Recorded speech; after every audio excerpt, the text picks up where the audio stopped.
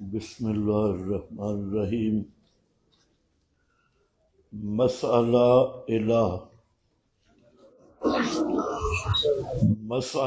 الہ میں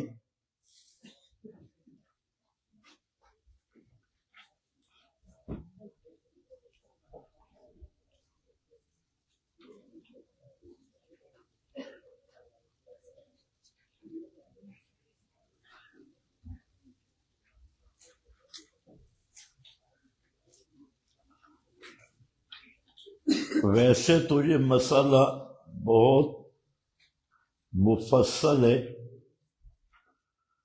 اور یہ 1 شعبان سے 15 تک چلتا ہے، لیکن اب چونکہ وقت کم ہے تو اس لیے اس مسئلہ کا مختصر ترین خلاصہ وہ میں نے عرض کرنا ہے۔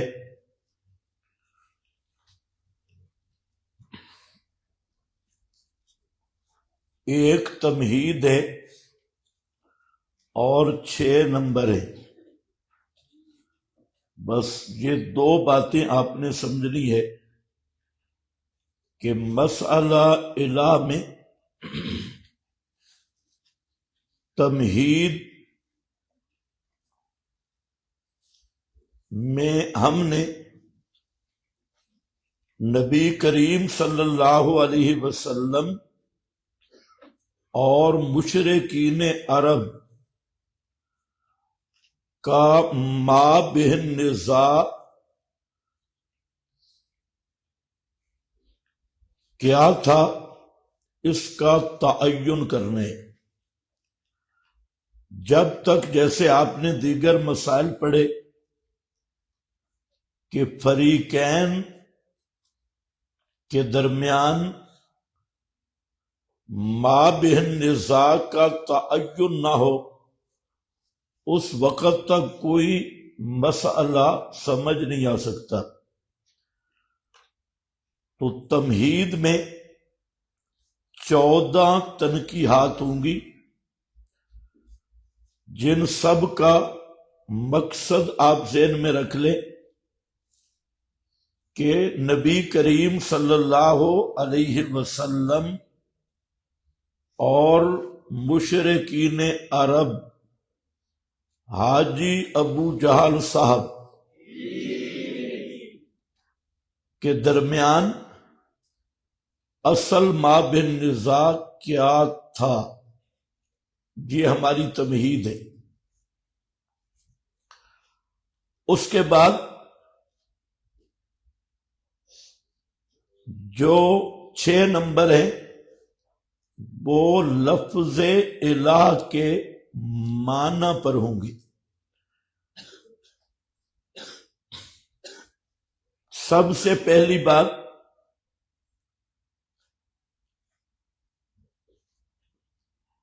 آپ کے پاس موجود ہے تنقیح نمبر 1۔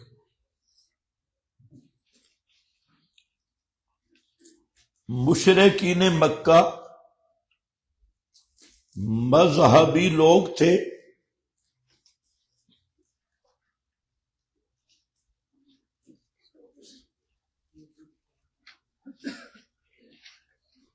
جہاں تنقیح نمبر 1 لکھی ہے وہاں پہنچ جائے۔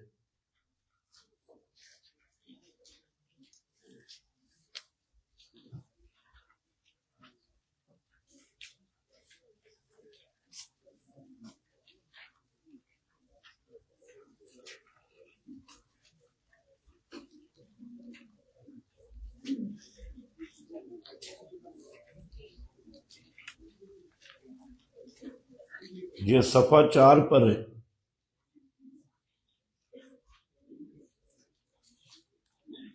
یہ سب کاغذات تو پڑھانے کا ٹائم نہیں، میں نے کہا کہ آپ کو میں نے خلاصہ نکال کے دینا۔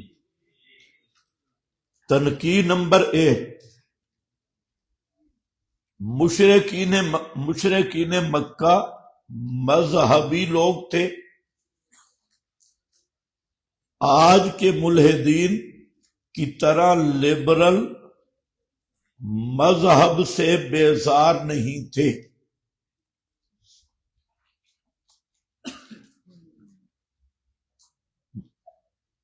بس یہ پہلی ہماری تنقید ہے کہ مکہ کے مشرک وہ اپنے آپ کو دیندار کہتے، لبرل یا ملحد لا مذہب، جیسے ہمارے زمانے میں بہت سارے لوگ مذہب سے بیزار ہیں، تو اس طرح مکہ کے مشرک نہیں تھے۔ اس پر دلیل ہے سورہ الکافرون آیت نمبر 6، لکم دینکم ولی دین،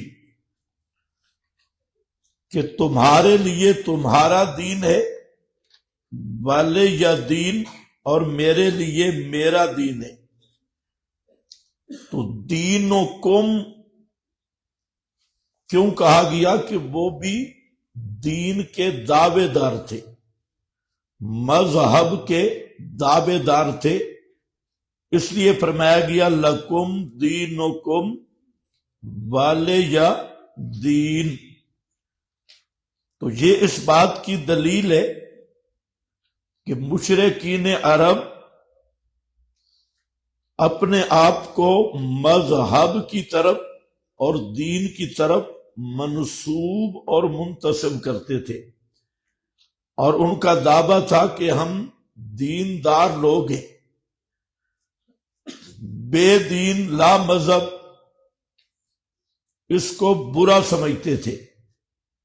آج سکول، کالج، یونیورسٹیوں میں جو مذہب اور دین سے بیزاری کا سبق دیا جاتا ہے، جیسے میں نے مفصل بیان کیا، جو دراصل حکومت کو گرجا سے آزاد کرنا اور پوپ اور حکومت کی جنگ ہے، اس میں لوگوں کو بے دین بنا دیا گیا اور ملحدین بنا دیا گیا، تو لوگ اپنے آپ کو مذہب یا دین کی طرف منسوب کرنے کو عیب سمجھتے ہیں، اور یہ وبا سکول، کالج، یونیورسٹیوں میں بڑی جلدی سے چل رہی ہے، اور اس میں انہوں نے کئی مراحل طے کیے ہوئے ہیں کہ دین ایک ذاتی مسئلہ ہے، مذہب ایک ذاتی مسئلہ ہے، اجتماعی مسئلہ نہیں۔ یہ بھی ایک عنوان ہے بے دینی کا، اور دوسرا لا مذہبیت کا یہ عنوان بھی ہے کہ سیاست، نظام، معیشت وغیرہ یہ دین سے الگ چیزیں ہیں، تو یہ بھی لا مذہب تحریک کا ایک ہتھ کنڈا اور عنوان ہے۔ تو مختلف طریقوں سے لا دینیت اور لا مذہبیت ہمارے اس زمانے میں وہ پورے زور پہ، لیکن جس ماحول میں نبی کریم صلی اللہ علیہ وسلم نے دعوت شروع کی، تو وہ لوگ کٹر مذہبی قسم کے لوگ تھے، اور اپنے آپ کو وہ دیندار سمجھتے تھے، مذہب کی طرف نسبت کو وہ فخر سمجھتے تھے، اور بے دینی اور لا مذہبیت کو وہ لوگ عیب سمجھتے تھے۔ یہ پہلی تنقید کہ لا مذہبیت، لا دینیت یا دینیت کا اختلاف نہیں تھا، وہ لوگ مذہبی لوگ تھے۔ اس پر آیت پر آپ کے پاس فہم سلف لکھا ہے وَسَمَّا دِينَهُمْ دِينًا، اللہ تعالی نے ان کے دین کو بھی دین کا نام دیا، لِأَنَّهُمْ اس لیے کہ وہ اعتقدوہ وہ اس دین کا عقیدہ رکھتے تھے اور اس دین کو مانتے تھے، تو اس لیے کہا گیا لکم دینکم ولی دین۔ یہ قرطبی ہے، جلد 20 ہے، صفحہ 248 ہے۔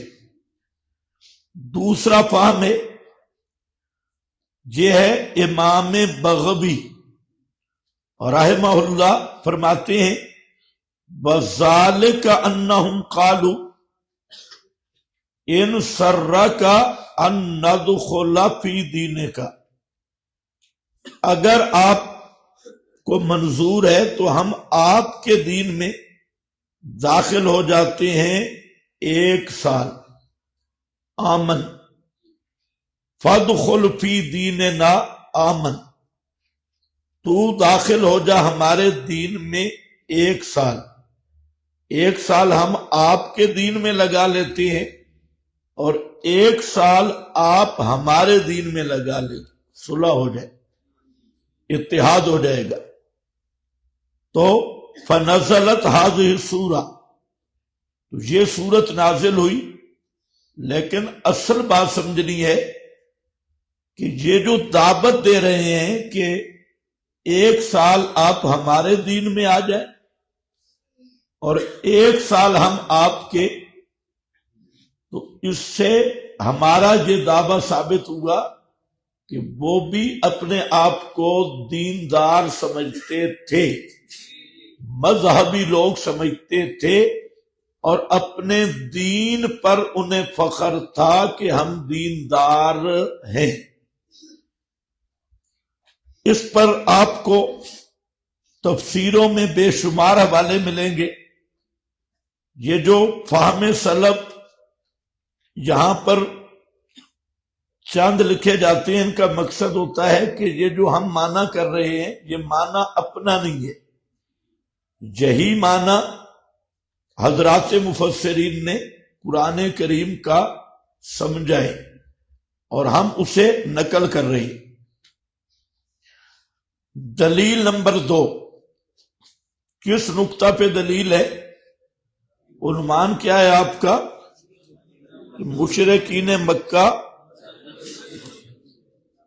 مذہبی لوگ تھے، لبرل، لا دین لا مذہب نہیں تھے، اور لا دینیت اور لا مذہبیت کو بدترین چیز سمجھتے تھے۔ اس پر آپ کے پاس سورہ صاد آیت نمبر 7، ما سمعنا بہذا فی الملت الآخرہ، نہیں سنا ہم نے یہ مسئلہ، بہذا یہ مسئلہ، فی الملت الآخرہ دوسرے دین میں، ملت الآخرہ دوسرے دین میں، یہ ان کا اعتراض ہے نبی کریم صلی اللہ علیہ وسلم پر کہ آپ نیا مسئلہ بیان کر رہے، اور یہ مسئلہ ہم نے پچھلے دین میں نہیں سنا۔ ملت آخرہ سے مراد کیا ہے؟ ملت آخرہ پر علامہ ماجدی نے یہاں فرمایا کہ مراد ملت عرب ہے، یعنی ہم نے اپنے اکابر مشائخ کے مذہب، اپنے باپ دادوں کے دین میں تو یہ عقیدہ نہیں پایا۔ کس کو پیش کر رہے ہیں؟ اپنے اکابر مشائخ، یہ ماجدی کا حوالہ ہے، جہاں آپ کے پاس اگر عبارت نہ ہو تو کتاب کا نام لکھ دو، یہ کتاب عام مل رہی ہے۔ تو ما سمعنا بہذا فی الملت الاخرہ سے کیا کہہ رہے تھے کہ ہم نے یہ مسئلہ اپنے اکابر اور مشائخ سے نہیں سنا، اور ملت سے مراد ملت عرب، اکابر مشائخ کے دین میں نہیں سنا۔ اور دوسرا معنی اس ملت آخرہ کا، وہ شام کی طرف جاتے تھے اور وہاں پر ان کی عیسائیوں کے راہبوں سے ملاقات ہوتی، اور عیسائی طبقہ دیندار تھا، تو وہ ملت آخرہ کا یہ مراد لے رہے ہیں کہ یہ کلیسا میں، گرجوں میں بھی مولوی موجود ہیں، نہ تو ہمارے اکابر مشائخ نے یہ مسئلہ بیان کیا، اور نہ شام والے بڑے بڑے مولوی اور پیر اور مدرسوں والے وہ مسئلہ بیان کر رہے ہیں، یہ نیا مسئلہ ہے۔ تو خیر، یہ آیت بھی اس چیز کی دلیل ہے کہ وہ اس مسئلہ کو رد کیوں کر رہے تھے کہ ہمارے دین اور ملت میں ہمارے مذہبی رہنماؤں نے ہمیں یہ مسئلہ نہیں بتلایا۔ یہ بھی ہماری دلیل ہے کہ مکہ والے مشرک جو تھے وہ مذہبی لوگ تھے، دیندار کہلانے کو فخر سمجھتے تھے۔ اسی طرح یہاں پر علامہ عثمانی رحمت اللہ علیہ انہوں نے بھی لکھا کہ پچھلا دین کہتے تھے اپنے باپ دادوں کو، یعنی آگے تو سنے ہیں کہ اگلے لوگ ایسی باتیں کہتے تھے، پر ہمارے بزرگ یوں نہیں کہہ گئے۔ یہ علامہ عثمانی کا حاشیہ ہے، بزرگ یوں نہیں کہہ گئے۔ آپ کے پاس لکھا ہے حضرت مجاہد تابی کا قول، اس میں ہے کہ کالا ملت قریش، ملت آخرہ سے مراد ملت قریش، کہ قریش کے دین میں ہم نے یہ مسئلہ نہیں سنا۔ اس کے بعد ہے حضرت قتادہ تابی فرماتے ہیں اے فی دین نا ھذا ولا فی زمان نا قطو، کہ یہ جو محمد صلی اللہ علیہ وسلم مسئلہ بیان کر رہے ہیں، نہ تو ہم نے اپنے دین میں سنا اور نہ کبھی کسی نے یہ مسئلہ پہلے بیان کیا، یہ نئی تحقیق ہے، اس لیے ہم یہ مسئلہ مانتے نہیں۔ یہ ایک بہانہ تھا، لیکن میں جو نقطہ بیان کر رہا ہوں آپ سب کی توجہ اس کی طرف ہونی چاہیے کہ ہم کس نقطہ پہ ہیں۔ پہلی تنقید کہ مکہ کے مشرک جو تھے یہ مذہبی لوگ تھے، اپنے آپ کو دیندار کہتے اور دین کی طرف نسبت کو اپنا اعزاز سمجھتے تھے اور اپنے لیے فخر سمجھتے تھے۔ اس پر آپ کے پاس حدیث لکھی ہوگی، لکھی ہے یا نہیں لکھی؟ یہ حدیث ہے بخاری شریف 4772 نمبر، کتاب المناقب میں۔ حدیث کا حاصل یہ ہے کہ جب خواجہ ابو طالب صاحب کی وفات کا وقت آیا تو ابو طالب کون ہے؟ نبی کریم علیہ السلام کے چچا، اور ساری زندگی آپ کے ساتھ رہے، تحفظ ناموس رسالت کا کام کرتے رہے۔ اس کا تحفظ، ناموس رسالت کے یہ بزرگ چیمپئن تھے، اور پورے قریش کے ساتھ انہوں نے لڑائی کی نبی کریم علیہ السلام کے دفاع میں، اور آپ صلی اللہ علیہ وسلم کے تحفظ اور دفاع کے لیے پورے عرب والوں سے جناب ابو طالب نے ٹکر لی۔ ابو طالب کے قصائد، جس میں اس نے بڑے اشعار میں نبی صلی اللہ علیہ وسلم کے دفاع کو بڑے فخر کے ساتھ بیان کیا۔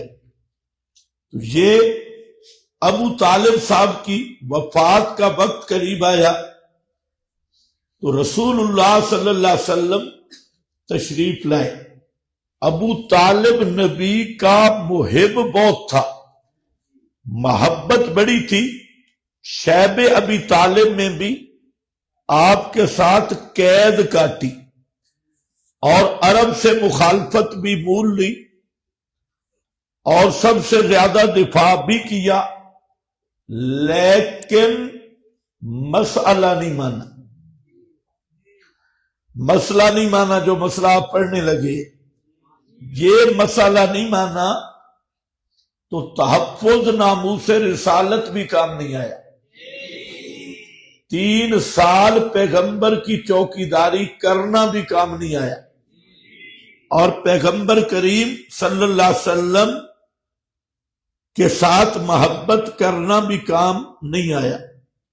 آگے فوجز عندہ ابا جہل، پس پایا رسول اللہ صلی اللہ علیہ وسلم نے ابو طالب کے پاس ابا جہل، ابو جہل کو۔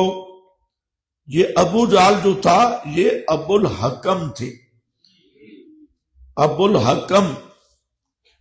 تو آج کل کچھ علماء اخلاق کا درس دے رہے ہیں خطبہ حضرات، ان سے پوچھ لو کہ ابو الحکم کو ابو جہل کہنا تمہارے پیمانہ اخلاق کے مطابق ہے یا نہیں؟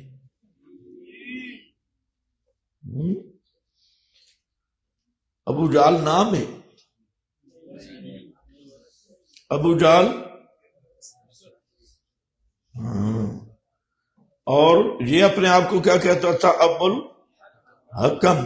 آج اگر کسی بدعتی کی تذلیل ہو، مشرک کی تذلیل ہو، تو کیا درس دیا جاتا ہے کہ او جی نام تو مخالف کا بھی ادب سے لینا چاہیے۔ یہ نیا پیمانہ اخلاق ہے، اور مخالفین کا بھی نام میں ادب کرنا چاہیے۔ تو ان کو کہو ابو جہل کو ابو جہل کہنا چھوڑ دو، نام کیا لو؟ ابو الحکم صاحب، ابو الحکم ساتھ حضرت اقدس بھی بول لو تو کوئی مسئلہ نہیں، ہاں، کیونکہ ادب کرنا ہے نا۔ یہ تو نبی کریم علیہ السلام نے اسے ابو جہل کہا، یہ ابو جہل بن گئی، ابو الحکم شکم ساری سندیں منسوخ ہوگی۔ مکہ میں تو بڑا عہدہ تھا شہر۔ ابا جہل، دوسرے بزرگ تھے عبداللہ بن ابی امیہ۔ فقال، نبی کریم علیہ السلام نے فرمایا، یا امی، اے میرے پیارے چچا، قول لا الہ الا اللہ، کہہ دے لا الہ الا اللہ، کلمۃ احاج لک بہا عند اللہ۔ آپ لا الہ الا اللہ پڑھ دیں، میں حجت اور دلیل پیش کروں گا تیری طرف سے اس کلمہ کو اللہ کے دربار میں۔ فقال ابو جہل، ابو جہل کہنے لگا، اور عبداللہ بن ابی امیہ کہنے لگا، اترغب، یہ ہے ہمارا مستدل، اترغب ام ملت عبد المطلب۔ یہ بزرگ کہنے لگے، کیا آپ اعراض کریں گے ہم ملت عبد المطلب، عبد المطلب کے دین سے، عبد المطلب کے دین سے۔ فلم یزل رسول اللہ صلی اللہ علیہ وسلم یعرضها علیہ، آپ اس کو ان پہ پیش کرتے رہے، اور وہ جو بزرگ بیٹھے تھے وہ بھی اپنی گفتگو دہراتے رہے، حتیٰ کہ ابو طالب نے آخر میں آخر ما کلمہم، آخر پہ جو ان سے کلام کیا وہ یہ تھا علی ملت عبد المطلب، میں کس کے دین پہ ہوں؟ عبد المطلب کے دین پہ ہوں۔ بَأَبَا أَن يَقُولَ لَا إِلَٰهَ إِلَّا اللَّهِ، اور انکار کر دیا لا الہ الا اللہ کہنے سے۔ سمجھ گئے؟ بس یہاں ہمارا مطلب پورا ہو گیا۔ ہم کس نقطے پہ ہیں کہ قرآن سے بھی یہ بات ثابت ہے کہ مکہ والے لوگ مذہبی لوگ تھے اور اپنے آپ کو دیندار کہتے تھے۔ اس حدیث میں بھی آ گیا کہ ابو جہل حاجی صاحب بذات خود اور ساتھ جو ان کے رفقا تھے وہ کیا کہہ رہے ہیں؟ اترغب عن ملت عبد المطلب، کیا آپ عبد المطلب کے دین کو چھوڑ دیں گے؟ یہ کون کہہ رہے ہیں؟ ابو جہل۔ تو دیندار تھے یا نہیں تھے؟